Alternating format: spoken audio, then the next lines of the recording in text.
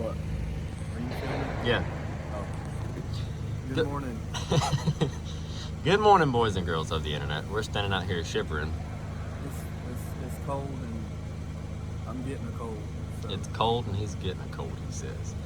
I'm trying not to get a cold, and what we're doing is we're in the Dirty Dodge, the White Knight today, and I noticed the other day on the way home from my dad's, I could not control where in the world my heat was coming out of. It was just kind of defaulted to the defrost and would not adjust, would not switch, nothing. It was just stuck.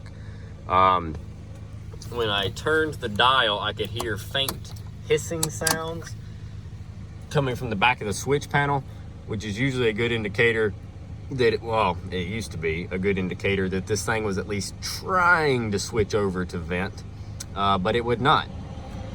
And then I could hear a steady hiss, and it never did change. It was just stuck. Now it was still turning off. It would still shut the system off, and when you got up here to where the defrost setting is, you would hear the AC compressor switch on, because these trucks run the AC compressor with or without the heat on for defrost, no matter what. And so this one was still doing that, so I knew that the switch itself was moving something in there, but not what it was supposed to. So you get on the Dodge forums, and the Dodge forums straight up tell you, oh yeah, you've got a vacuum leak under the hood, passenger side, where all the little connectors run into the firewall. That's your problem. Well, it wasn't. And then I found another page on there that said, follow the vacuum lines in the dash and over to the switch. You've got a leak somewhere in the switch. And I kept thinking, I was like, well, man. Hey, 2008 after the TL, We didn't get it out. He said he was going to come get it out. We've still got it, but we didn't get it out.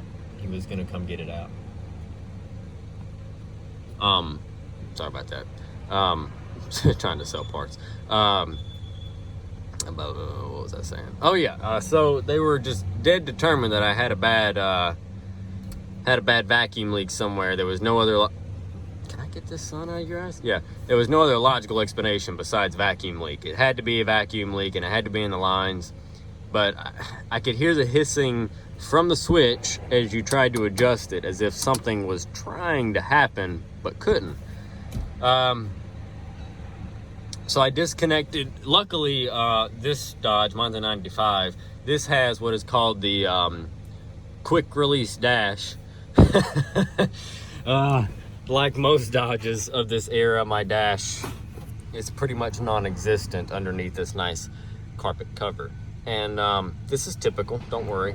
The dash used to be in a bunch of pieces like this. And when it was new, it was in one solid piece, but shortly after buying the truck, usually about 3 to 5 minutes of ownership, the dash would fall into pieces and then just lodge itself all down in there. Or you'd roll your window down and chunks would fly out the window. So that's what's already happened to this one long before I ended up with it, which made it kind of convenient. All I had to do was remove my front fascia, the front bezel piece, which aren't held in by any bolts anymore if they ever were. They just kind of snap out. So once you snap that thing out, you can gain full access to this. And on another cool note, only 2 screws hold it in, and they're at the bottom, because that's the only part of the dash that's still there. You don't have to take these out. These are not connected anymore. So I removed those. And then I went down here into my vast playground, and I found me a 2nd generation Ram.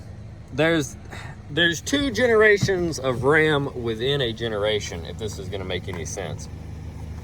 So like I said, this is a 95. This body style went from about 95. Okay, this interior body style ran from like 94 to 97-ish. And then they switched over to a more modern style dash. But don't worry, they kept the quick release dash feature. So that still comes standard all the way up to like 2001.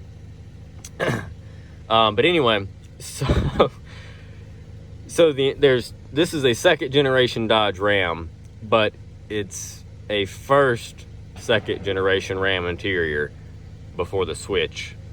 The outside of the trucks remain the same, but the interior's changed.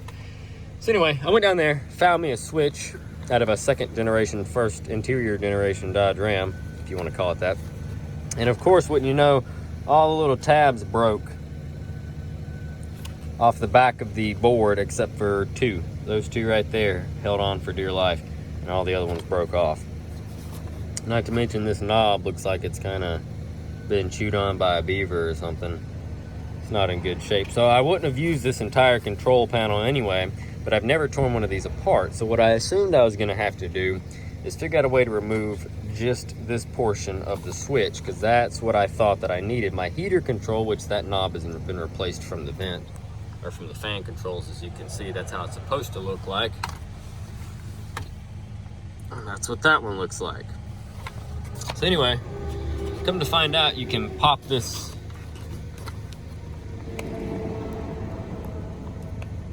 You cannot pop this thing open one-handed.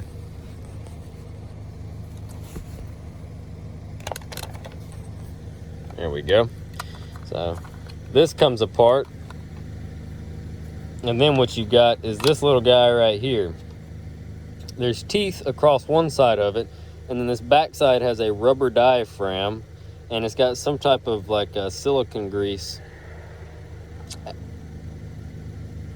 And that's supposed to be, it's a slide. And it connects to that little gear like that. And then as you turn the knob assembly on the other side, which I can't do, I don't think, and keep this thing together. Let's see if I can do it. There we go. So as you turn this knob assembly, which it's not even making connection right now.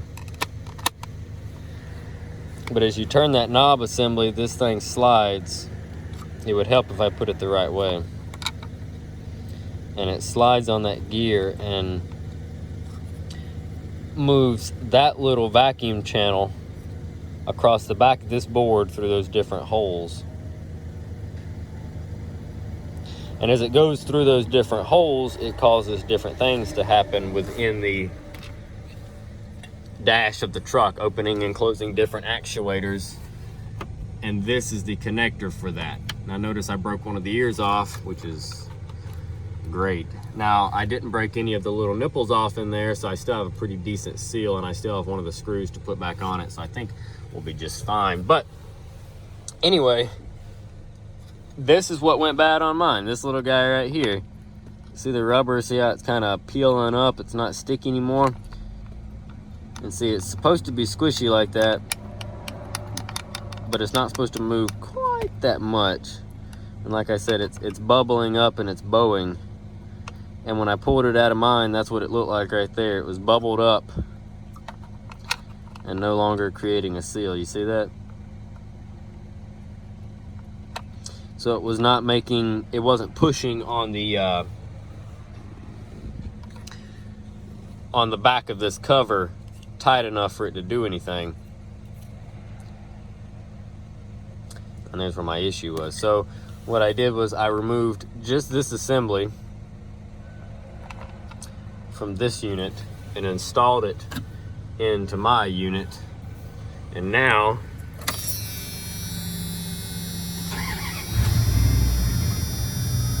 check out all that oil pressure though. I can't blame it though. Can you see that odometer? 360,000 miles. And that's all the oil pressure she's got, which is fine. My thermostat is worn out. It's stuck pretty much on open.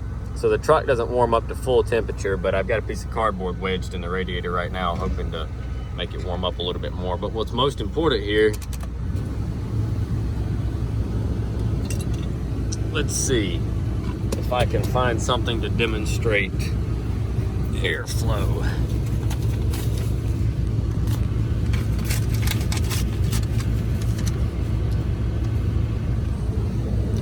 Alright, see the paper moving? Yeah, we're on defrost. This is a front vent, you see nothing's happening. Let's switch it. And switch it all the way to recycle, and that's going to reuse the warm air that's already in the truck and reheat it, rather than if you set it to that, it's bringing outside air and having to heat up the cold outside air and then bring it into the truck. So I just set it on recycle. You see that? it's got a heck of a blower motor in it. So anyway,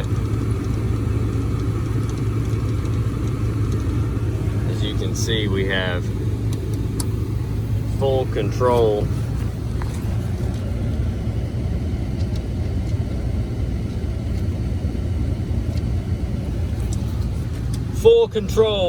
over where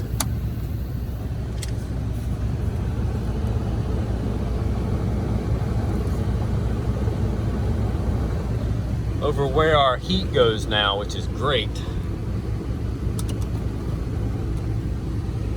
That's all I was really concerned about, was getting it to blow on me, because once the window defrosts, you're good, but I still get cold. And now we're all set. So if you've got a second generation Dodge Ram with the first generation interior, which uses a full vacuum climate control, and also it uses a manual. This is a manual temperature adjustment here that just broke.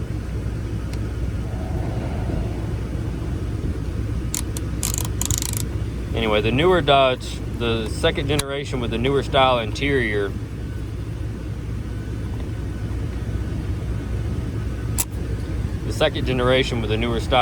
Dodge Rams, all of this stuff is electronically controlled, so you're not going to have that most of that vacuum line crap in there for the heat and air switch and all that stuff. But the second generation with the first generation interior is vacuum and mechanical, which I like. There's less stuff to go wrong. And I'm not a big fan of the vacuum, but it's okay. It's a lot easier to fix. And we just fixed it. And I don't know. I think the longest part was me having to drive down there and find a second gen Ram with the first series interior. And but now we're all good. I've got the heat. I'll stay warm. Everything's switching. We can put all our bolt, or we can put our other bolt back in it, throw the bezel back on it, and call it a day. So folks, drop a comment down below, let us know what you think. And soon we'll have a video of this just worn out work truck. Everybody keeps asking for some reason about seeing this truck. I don't know why. It's just a plain Jane work trim Dodge Ram. It's got the gasser in it. She's a good worker. Been a great little company truck for me. Hopefully it'll keep on at least for a little while. But anyways, like I said, drop a comment down below, let us know what you think, and I'll catch you in the next one, folks. Thanks for watching.